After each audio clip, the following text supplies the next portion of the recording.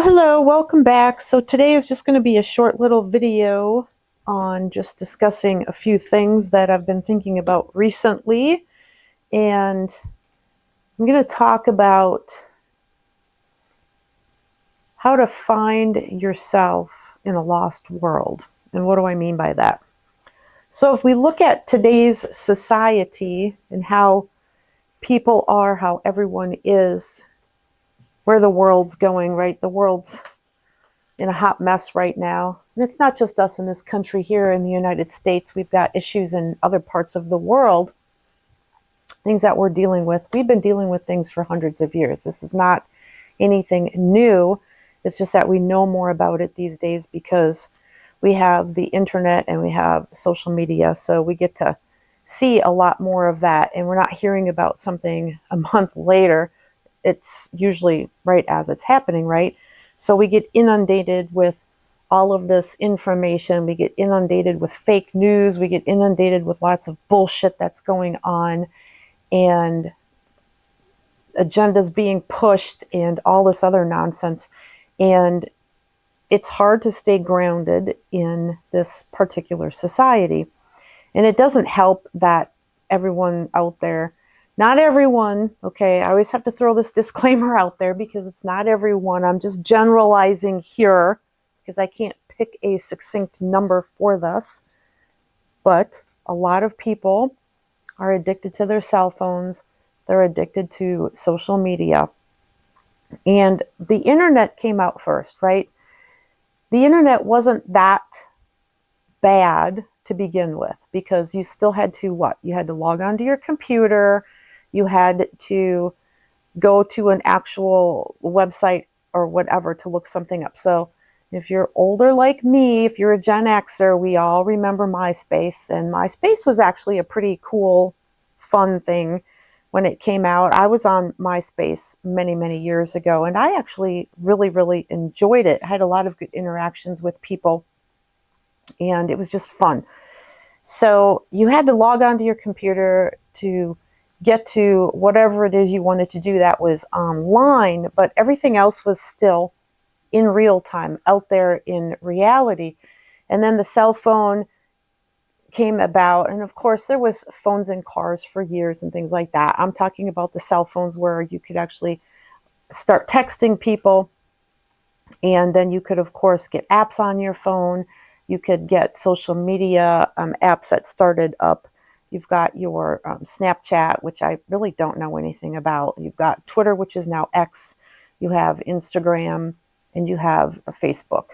So what's happened with a lot of society in that aspect is the disconnect of the communication and having the face-to-face contact and being put out there where you actually have to learn how to communicate with people in a group setting or on a one-to-one basis, right?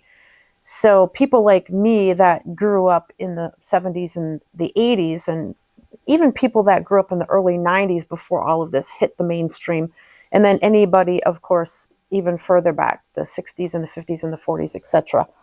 We all grew up in a time that we didn't have that cell phone and that social media to interrupt everything up here and in here, right? So people, it seems, have gotten to the point where they don't care about a lot of things. There's no feelings involved with a lot of things anymore. As long as it's not happening to me, I don't give a shit what's going on. And the disconnect with the human contact in the world, and I'm not saying everywhere in the world, because I'm sure there's places where it's not as prevalent as it is here and in a lot of these Western countries. And the problem with a lot of these Western countries, of course, too, is the wokeness that's going on. And I'm not a proponent of that. It makes me sick, actually, and that's just my personal opinion. But I'm very old school, and I have integrity, and I have values, and I know the difference between right and wrong. And there's certain things that are going on that I don't agree with. And of course, you know, what they're doing to kids And they've been doing it for years and years. It's just gotten consistently worse over the years.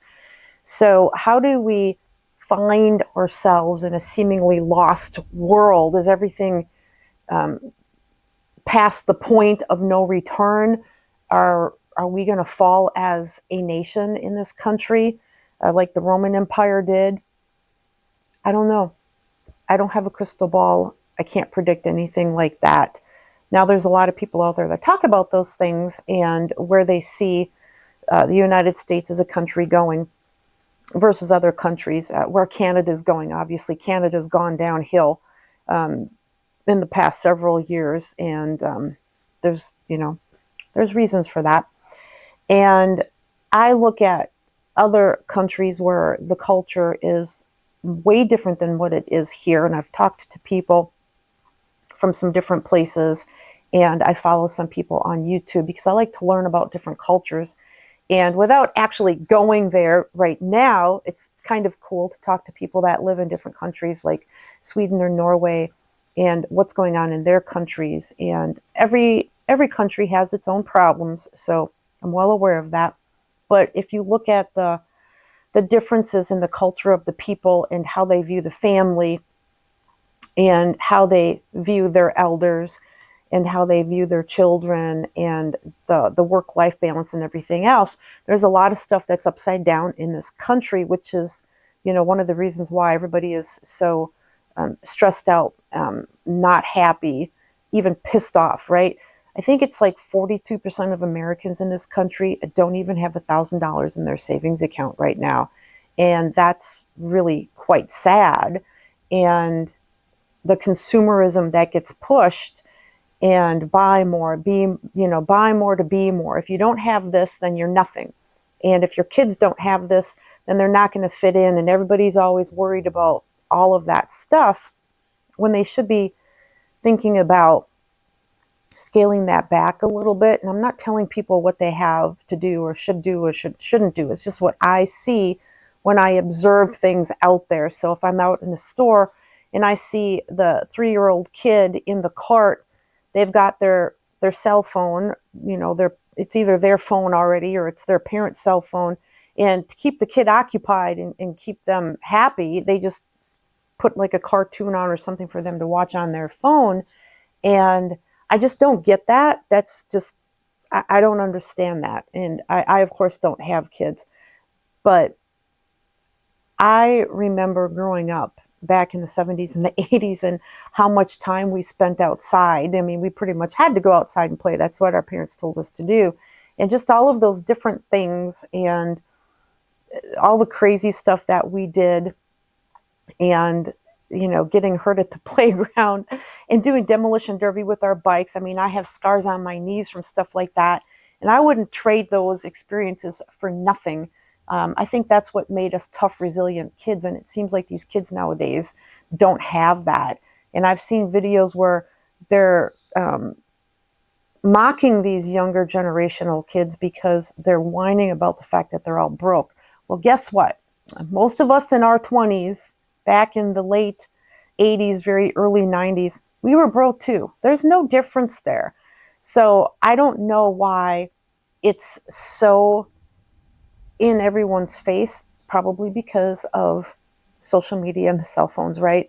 But back then, it was just the way it was. I mean, if you didn't grow up in a family that had money, like I had classmates in school, their parents had money because they owned businesses or were teachers at the school or at a college or whatever. And those kids had money. Those kids had nice clothes every single school season, and they had nice cars, and most of them didn't have to work. I was the complete opposite side. I came from the other side of the tracks. We didn't have money. I had to work so I could have a car. Most of my clothes were secondhand. If I got a couple of new outfits for the school year, I was lucky.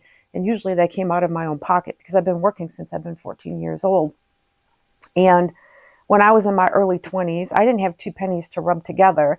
And I was still happier, right? Because I wasn't completely jaded by all of the crap in this world and all of just the nonsense. And there was no wokeism at the time. There wasn't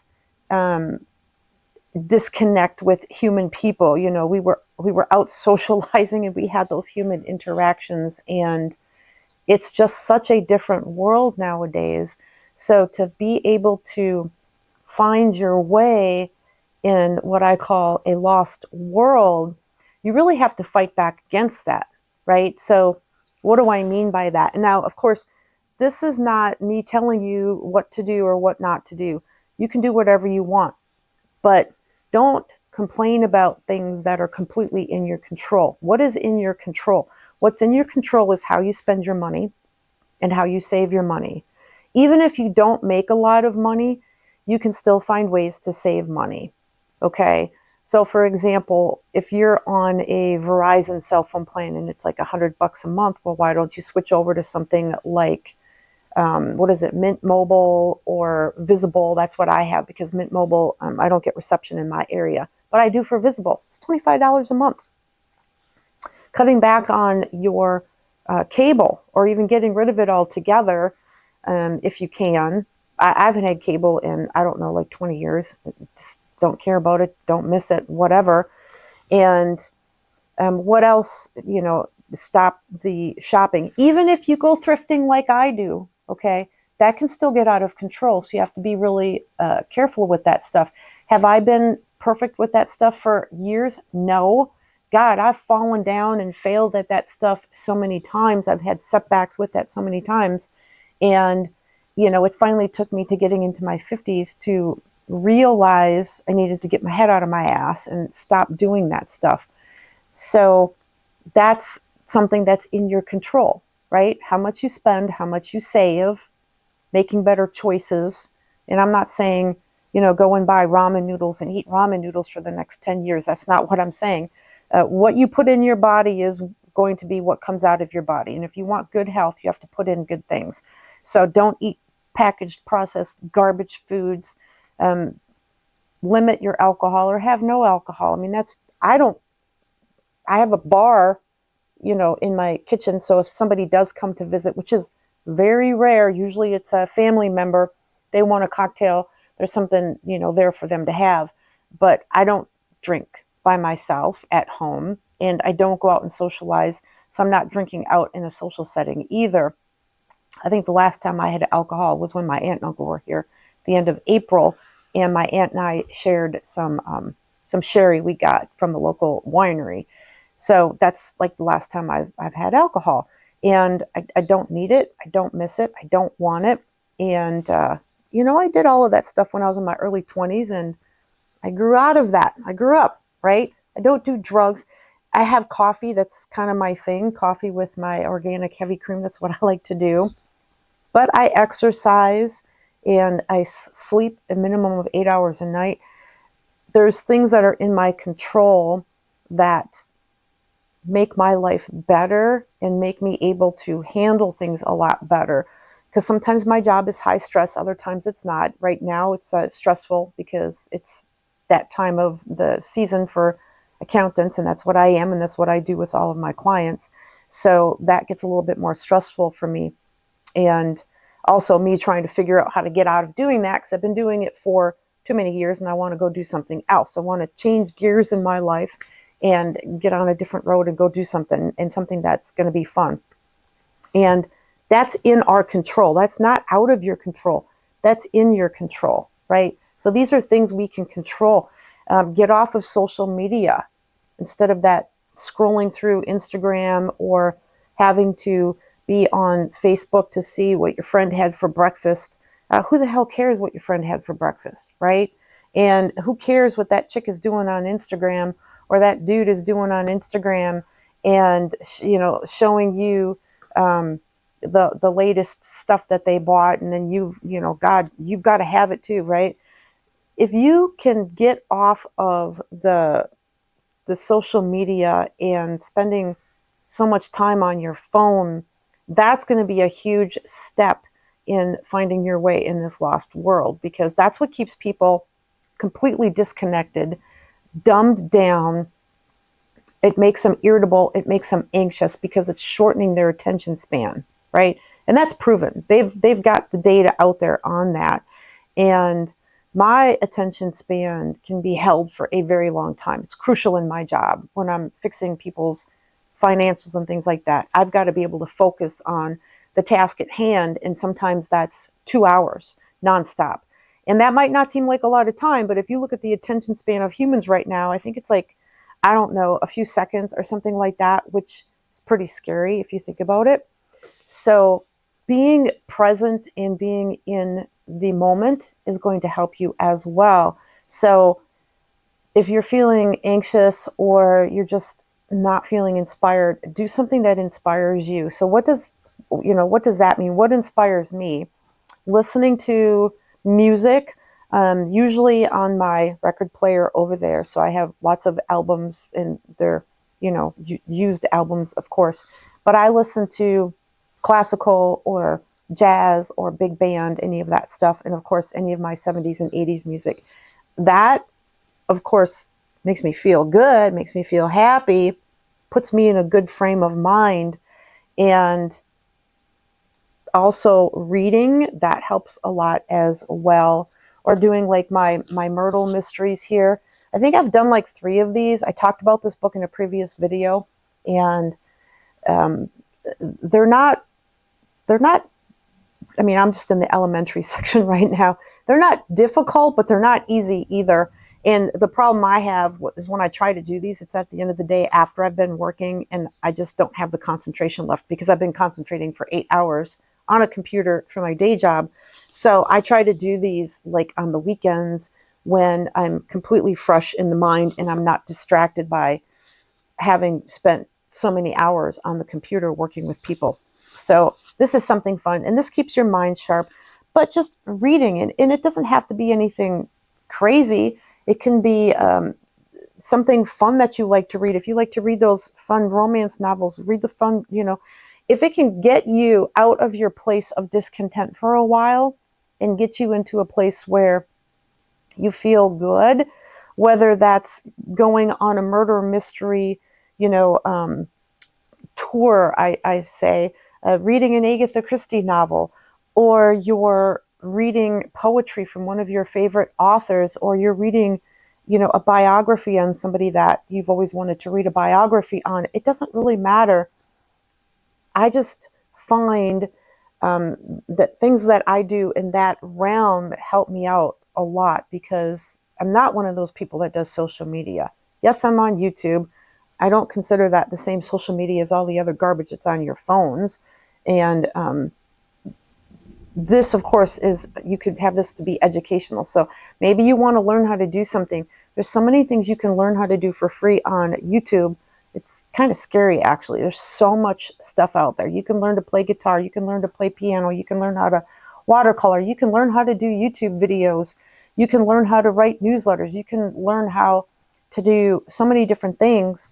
Or, learn how to work with what you've got in your wardrobe, or how to, if you really don't have a wardrobe and you are wanting to do that, learn how to thrift a wardrobe and save a whole lot of money doing it, and make that wardrobe work for you for many years to come, kind of like my wardrobe. That's going to work for me for the next 20 years, right? Unless we move over to spacesuits in the next 10 years. I don't know. But I just, and I find going outside when the weather is nice, meaning it's not, I don't care if it's cold, just when it's not rainy, I like to go outside and get around nature. For me, I also ride my motorcycle. That helps a lot too. But you have to focus on what is the most important thing in your life. And the most important thing in your life is you. You're number one. And then if you have family, that comes next. But if you don't take care of yourself, you can't take care of your family. And I'm not saying anything new here, okay? This has been around for years and years and years. But if somebody, says, well, if you don't get married and you don't have kids, then this is, you're a degenerate or something's wrong with you. Well, that's bullshit. Who the hell said that, right? And what makes that even a true statement? But there's all these people out there that, well, they have 4 degrees in this and 5 degrees in that, and they're, they've authored a book or whatever, and they can just spew out all these comments, and then people start thinking to themselves, well, I screwed up because I didn't do this or I didn't do that. No, That is not what we're put here for, okay?